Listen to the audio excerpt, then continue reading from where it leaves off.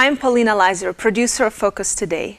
Thank you for watching this video, and make sure to check our other videos at theDove.us.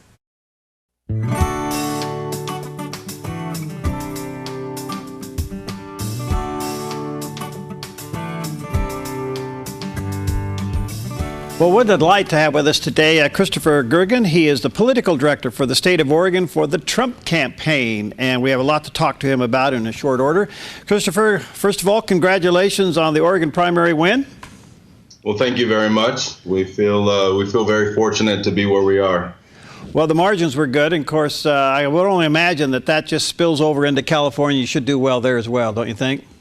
We're hoping so, yeah. In fact, we've got folks that were here helping out with the campaign that are going to be going down to California to help them out, and also up to Washington as well.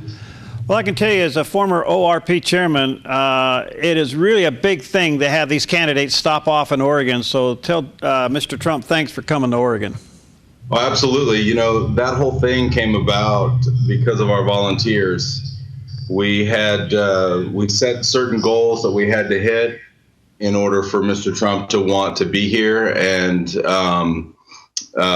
we hit all of those goals. In fact, we exceeded them. We blew them out of the water. He saw that there was a lot of excitement in Oregon, and we looked at 3 different spots. We looked at Medford, we looked at Eugene, and we looked at Portland. And Eugene was chosen by Mr. Trump's organization because of its locale.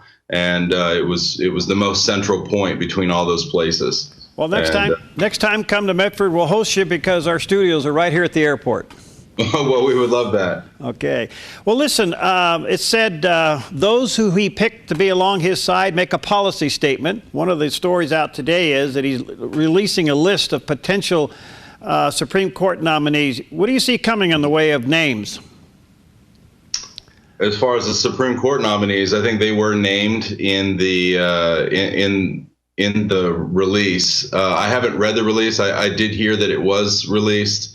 I think I saw it on the Drudge Report this morning. I mean, I think that you know, people have criticized Mr. Trump as not being specific about policy positions in his stump speeches. But I would disagree. If you go on to his website, donaldjtrump.com, you can find all of his very specific policy positions and a lot of very specific information. The rallies are to gin up excitement. They're to get voters out and to get them to the polls, and that's what this portion of the campaign is all about. Well, it looks like obviously he's going to be the nominee. The irony of all of this, Christopher, it seems that what the RNC was going to fight for a contested convention, all that attention is now moved over to the Democrats. Absolutely. And it looks like that this morning as well. Yeah, it looks like they're in a complete disarray. When do you think Mr. Trump will specifically now and more forcefully go after Hillary Clinton? Probably after Washington. He's already started, and once we close out the 7th of June with all of those primaries, it'll be a done deal. I think I read somewhere a couple weeks ago that, you know, we're projecting to probably be north of 1,350, 1,400 delegates. So there should be no question as far as the RNC is concerned. And I think once we get to that point, he will turn 100% of his attention to Mrs. Clinton or Mr. Sanders, depending on who their nominee is. Now, money's going to be a big issue. He's self-funded to this point, but now as you go into the general, he is getting some big donations, and I guess he's worked out a deal with the RNC. Are we talking $1 billion for the general election? I don't know. I haven't. Those aren't numbers that I've seen. It would surprise me if it got that high. I mean, I would hope that it wouldn't take that much money. Something that Mr. Trump is very, very good at is dealing with the media, and he understands that. And that has been that is the lion's share of the cost in a campaign is ad time. And he doesn't really seem to have a problem getting on television for free. So, to say the least, he's done that very, very well. Yeah, absolutely. Let me ask you this. A lot of rumors about the running mate, but the one now that seems to be popping up more is Newt Gingrich. What do you think? I love it. I've been a fan of Mr. Gingrich's for years. He's a brilliant man. He was a good legislator. He did a fantastic job as speaker, and if I got to choose, which I don't, but if I got to choose, he would definitely be the person that I would like to see.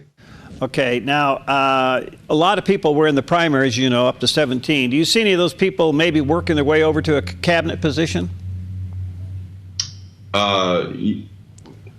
What do you mean? Well, the Rubios and the Cruzes and the Fiorinas and stuff like. I mean, there seems to be a lot of fence mending going on. Do you think even cabinet positions are possible? I don't know. I mean, you look at Mr. Cruz. Mr. Cruz is a legislator, and he's a senator, and I don't look for him to want to give up his Senate position for a cabinet seat. You look at Mr. Christie, who is the governor, and he is running for re-election. Mr. Rubio is, again, a senator. So I don't see those people really leaving their posts. I couldn't imagine a spot for Carly Fiorina because that isn't really her angle. I don't think that she wants to be involved in that sort of thing. So I don't know. I think that the fence mending has more to do with unity within the party than it does people looking for their next job. Christopher, we're hearing more and more that those who are Bernieites, Bernie Sanders supporters, burners, whatever name you want to give them, sure. That if Bernie doesn't get the nomination, a big chunk of them will go to Trump. Yeah. What do you think Donald will do to ensure that?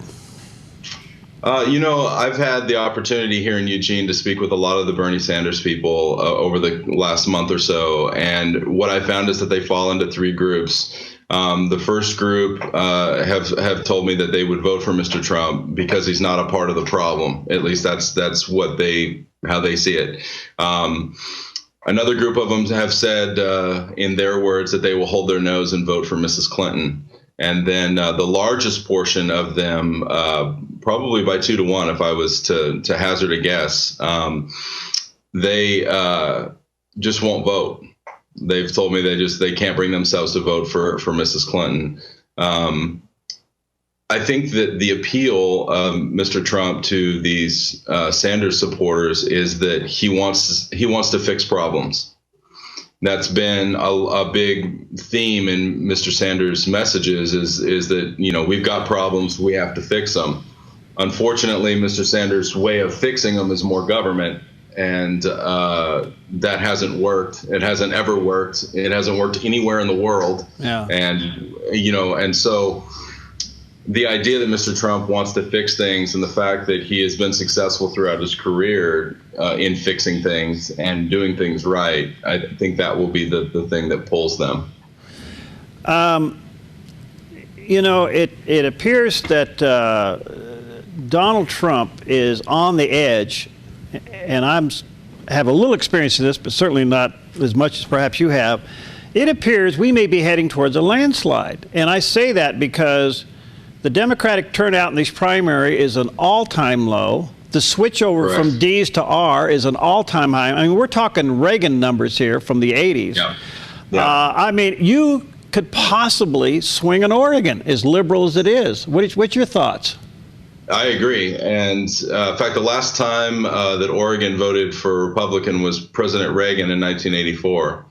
And frankly, it hasn't been close since. I think that our turnout in the primary, just the Republicans, was fantastic. And I've talked to a lot of independents that did not want to register as Republicans to vote in the primary. I've talked to many of them. In fact, there was an older gentleman that walked into my office this morning that told me that he wrote in on his ballot Donald Trump. So I definitely think it's possible. What's the draw to Donald? What is it? I mean, he's getting criticized left and right, but there's something else going on here. It's a movement. It's something American politics has never seen before. What do you think it is, Christopher? He's unscripted. He just says what he thinks, and his opinions, whether you like them or whether you don't like them, you know that they're genuine.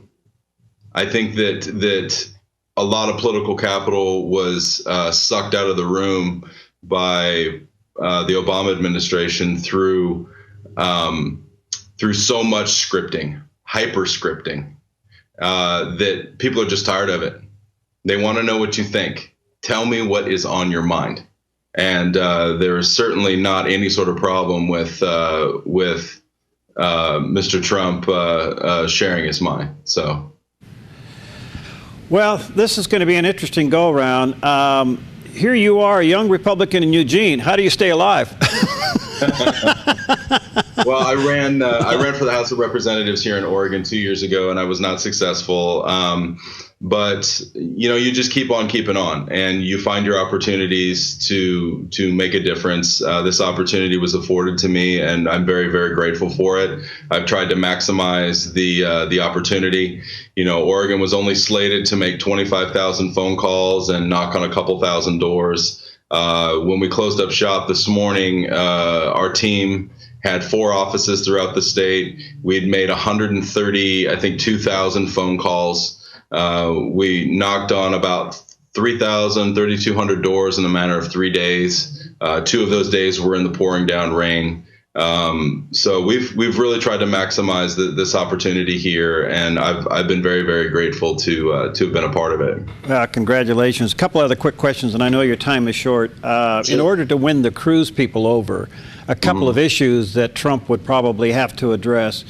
How can we know for sure he's unwaveringly pro-life?